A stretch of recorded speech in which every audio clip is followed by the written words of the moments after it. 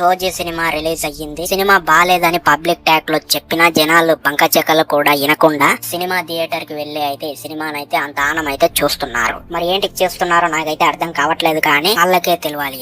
సరే, ఈ విషయం పక్కన పారదింగినట్టయితే అయితే కొంతమంది తీట ముండా కొడుకులు పవన్ కళ్యాణ్ యాంటీ ఫ్యాన్స్ ఎవరో ఏమో నాకైతే తెలియదు అని న్యూస్ వచ్చిన దాని ప్రకారం అయితే ఈ వీడియోలో చెప్దామని నేనైతే అనుకుంటున్నా. అదేంటంటే కిరణ్ అనే ఒక వ్యక్తి అత్తాపూర్ లోకి థియేటర్ లోకి వెళ్లి అట్లే ఆయనతో పాటు ఒక మంచి హెచ్డి క్లారిటీ కెమెరాని తీసుకువెళ్లి థియేటర్ లోపలికి వచ్చి సినిమా ఫస్ట్ నుంచి లాస్ట్ వరకు మంచిగా రికార్డింగ్ చేసి దాన్ని టెలిగ్రామ్ లో విడుదలైతే చేశాడు. అయితే అదే మొన్నటి నుంచి వైరల్ గా అయితే మారిందనమాట. అది అయితే దాన్ని గమనించినటువంటి వచ్చి సినిమా మూవీ టీం వాళ్ళందరూ పోలీసుల దగ్గరికి వెళ్లి సార్ ఎవడో మాది సినిమాది హెచ్డి ఫ్రంట్ తీసి టెలిగ్రామ్ లో విడుదల చేశాడు, వాడిని అర్జెంట్ గా పట్టుకొని ఆ హెచ్డి సినిమాని డిలీట్ చేసి వాడికి శిక్ష పడేలా చెయ్యండి అని చెప్పి ఓజీ సినిమా మూవీ టీం వాళ్ళందరూ అయితే చెప్పారనమాట. ఇక తర్వాత ఆ పోలీస్ ఆయన అయితే మంచిగా డ్యూటీ చేసి ఆ కిరణ్ అనేటువంటి ఏజెంట్ ఆ వీడియో తీసిన పర్సన్ ఉంటాడు కదా, వాడిని అయితే పట్టుకున్నారు. అయితే వాడిని పట్టుకొని వాడిని ఏమేమి విషయాలు అడిగారంటే, అరే ఎవర్రా నువ్వు, ఎక్కడికి ఈ వీడియోని అప్లోడ్ చేసావు,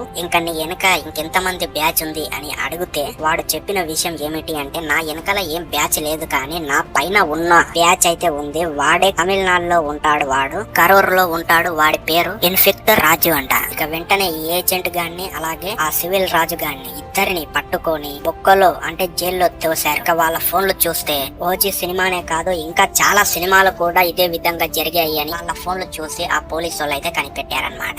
సో ఫ్రెండ్స్, ఇదన్నమాట ఇక విషయం అయితే లీక్ అయ్యింది ఇంకా ఈ న్యూస్ అయితే. సో ఫైనల్ గా నేను చెప్పదలుచుకుంది ఏంటంటే, వీళ్ళు ఈ విధంగా సినిమాని రికార్డ్ చేసి టెలిగ్రామ్ లో పెట్టిందే మంచి పని అయింది ఫ్రెండ్స్. ఎందుకు అంటే ఆ సినిమా నా కొడుకులు బడ్జెట్ గుద్దవలుగా పెడతారు, సినిమానేమో ముడ్డలాగా తీస్తారు. మనం తీయకపోతే ఏం చేస్తారు ఫ్రెండ్స్? ఒక మాట మీరే చెప్పండి. ఆ వ్యక్తి చేసిన దాని పనిలో అయితే ఎలాంటి తప్పు లేదని నేనైతే అనుకుంటున్నా. కోట్లు ఖర్చు పెట్టి సినిమాని ఏ విధంగా తీయాలి, మంచిగా జనాలకి ఎంటర్టైన్మెంట్ అన్నా అందాలి. కొత్త స్టోరీ లేకపోయినా సరిగ్గా ఎంటర్టైన్మెంట్ అన్నా ఉండాలి. కానీ ఈ ఓజీ సినిమాలో బంక చెక్కలు కూడా లేదనమాట.